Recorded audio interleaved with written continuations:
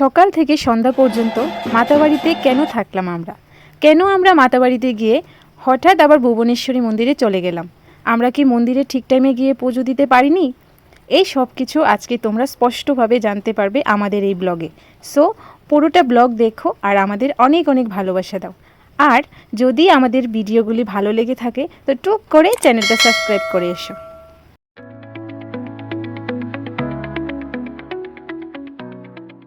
নমস্কার বন্ধুরা, কেমন আছো তোমরা সবাই? আশা করি খুব ভালো আছো, আমরাও খুব ভালো আছি। আমরা আজকে সকাল সকাল বেরিয়ে পড়েছি উদয়পুর ত্রিপুরেশ্বরী মাতাবাড়ির উদ্দেশ্যে। তোমরা পুরোটা ব্লগ দেখতে থাকো আর এনজয় করো। টাটা। পৌরাণিক কাহিনী অনুসারে দেবী সতীর ডান পা এখানে পতিত হয়েছিল। এখানকার প্রধান দেবী হলেন ত্রিপুরা সুন্দরী বা ষোড়শী। ত্রিপুরার মাতাবাড়ি কিংবা ত্রিপুরেশ্বরী মন্দির ভারতের অন্যতম প্রাচীন এবং পবিত্র একটি শক্তিপীঠ। এটি ত্রিপুরার গোমতী জেলার উদয়পুর শহরে অবস্থিত। রাজা ধন্যমাণিক্য 1501 সালে এই মন্দিরটি প্রতিষ্ঠা করেন। দেবী এখানে ষোড়শী রূপে পূজিতা হন এবং এটি 51টি মহাপীঠের অন্যতম। আপনারা হয়তো সবাই জানেন, মূল মন্দিরের গর্ভগৃহে একই দেবতার দুটি প্রতিমা রয়েছে। একটি হলো প্রায় 5 ফুট উঁচু দেবী ত্রিপুরা সুন্দরীর প্রতিমা এবং অন্যটি হলো ছোট মা, যা ত্রিপুরার রাজারা যুদ্ধের সময় সঙ্গে রাখতেন। মন্দিরটি বাংলার ঐতিহ্যবাহী দোচালা বা কুঁড়েঘরের স্থাপত্য শৈলীতে তৈরি, যার উপরের অংশটি গম্বুজাকৃতি। মন্দিরের ভিত্তিভূমি 24 বর্গফুট এবং উচ্চতা 75 ফুট।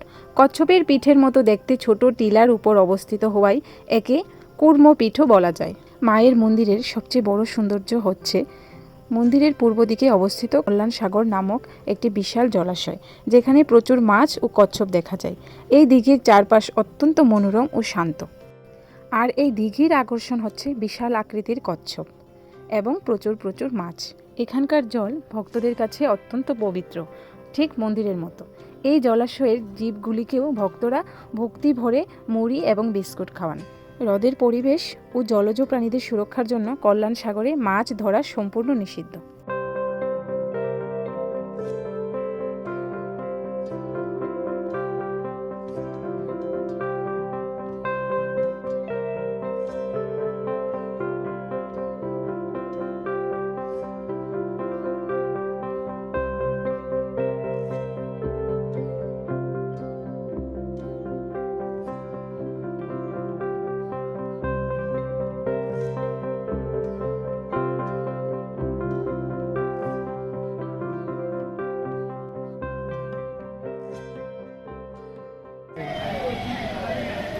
আমরা প্রথমে কিছুই ভিডিও করিনি, জাস্ট কিছুটা কয়েকটা ক্লিপ নিয়েছিলাম। এই কারণেই করিনি যাতে আমরা শান্তি করে ভালোভাবে পুজোটা দিতে পারি।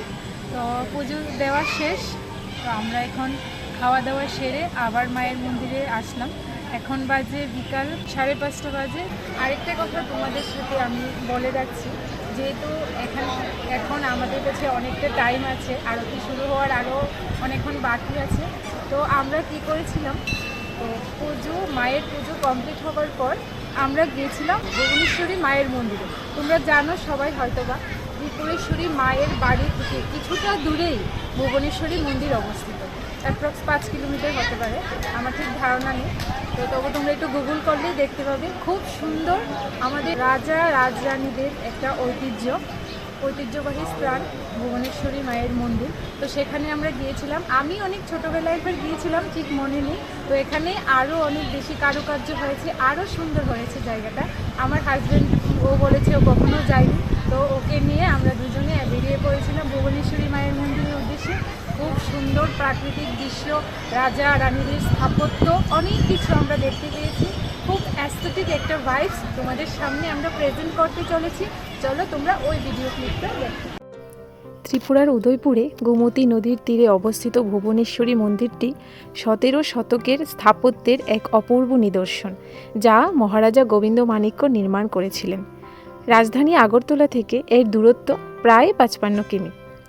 বিশ্বকবি রবীন্দ্রনাথ ঠাকুরের রাজর্ষি ও বিসর্জন উপন্যাসে অমর হয়ে আছে এই ঐতিহ্যবাহী মন্দিরটি ত্রিপুরার প্রাচীন রাজপ্রাসাদের ধ্বংসাবশেষের ঠিক পাশেই অবস্থিত।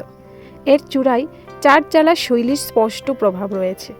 রবীন্দ্রনাথ ঠাকুরের সাহিত্যকর্মের সাথে গভীরভাবে যুক্ত এই মন্দিরের প্রাঙ্গণটি রাজর্ষি ও বিসর্জনের মতো বিখ্যাত নাটকের মূল প্রেক্ষাপট হিসেবে কাজ করেছে এই মন্দিরটি। গোমতী নদীর পূর্ব প্রান্তে নদীর অপরূপ প্রাকৃতিক সৌন্দর্যের মাঝে মন্দিরটি অবস্থিত।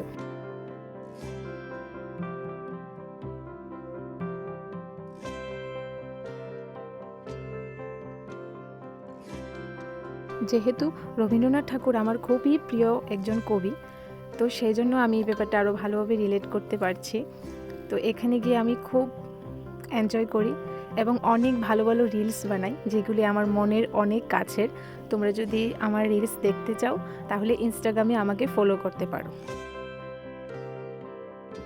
মন্দিরের আশেপাশের পরিবেশটা এতই স্নিগ্ধ, মনোরম ও শান্ত ছিল যে কোনোভাবেই মন চাইছিল না এই জায়গা ছেড়ে আসতে। আমাদের ইচ্ছে আছে যে আমরা মায়ের আরতি দেখে, কখনো দেখিনি, তো শুনেছি খুব সুন্দর হয় মায়ের মন্দিরের আরতি। তো খুব ইচ্ছে ছিল, জানি না ইচ্ছেটা পূরণ করতে পারবো কি না। তো সবই মায়ের ইচ্ছে, মা যদি চান তাহলে আমাদের এই ইচ্ছেটাও পূরণ হবে। তো মায়ের আরতিটা আজকে দেখে যাব, আমরা খুব এক্সাইটেড মায়ের আরতি দেখার জন্য। আর যদি সম্ভব হয় তোমাদেরকেও সাথে নেব, ঠিক আছে? তাহলে একটু তোমরা মায়ের মন্দিরের যে ভাইবসটা ওটা একটু এনজয় করো। সন্ধ্যা প্রায় হতে চললো, ঠাকুরমশাইরাও আরতি সূচনা প্রায় শুরু করে দিয়েছে, মানে সব কিছু রেডি করছেন ওরা। আর এদিকে তোমরা দেখো পাখিদের কিচিরমিচির, খুব ভালো লাগছে সন্ধ্যাটা। এই সন্ধ্যাটা অন্য দিনের তুলনায় অনেকটাই স্পেশাল। তো এদিকে দেখতেই পাচ্ছ সব পুণ্যার্থীরা আরতির জন্য ধীর আগ্রহে অপেক্ষা করছে। তো সেই পুণ্যার্থীদের মধ্যে আমরাও আজ সামিল হয়েছি। খুব ভালো লাগছে, নিজেদেরকে ভাগ্যবান মনে হচ্ছে। বিয়ের পর থেকে ইচ্ছে ছিল যে মায়ের আরতি দেখব, তো সময়ের জন্য হয়ে ওঠে না। তো আজকে আমরা সেই সৌভাগ্যটা, আমাদের সেই সৌভাগ্যটা হচ্ছে। তো কিছুক্ষণের মধ্যেই আরতি শুরু হবে। দেখো আরতির তৈরি শুরু হয়ে গেছে, আর 8 ঘন্টার মধ্যে শুরু হয়ে যাবে।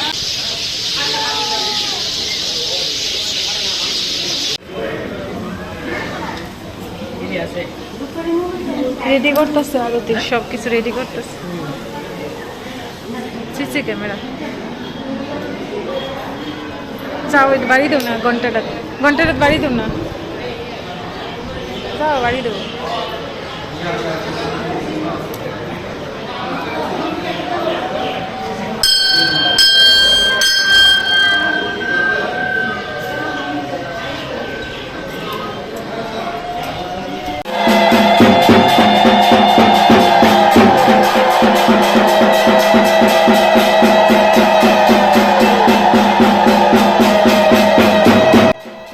মায়ের আরতি শেষ হতে না হতেই অঝোরে বৃষ্টি নামা শুরু করলো। আর কেউ কেউ বৃষ্টিতে ভিজেও মায়ের আরতি দেখছে, আবার কেউ কেউ রেইনকোট পরে আছে, বা অনেকে মাথার মধ্যে অনেক কিছু দিয়ে তারা আরতি উপভোগ করছে। তো আমরা ওখানে আর বেশি লেট করিনি, বাড়ির উদ্দেশ্যে রওনা দিলাম। যেহেতু ঝিরিঝিরি বৃষ্টি পড়ছিল, তো আমরা ব্লগটা আর কন্টিনিউ করতে পারিনি। তো সেই জন্য ব্লগটা আমি এখানেই শেষ করছি কিছু কথা বলে।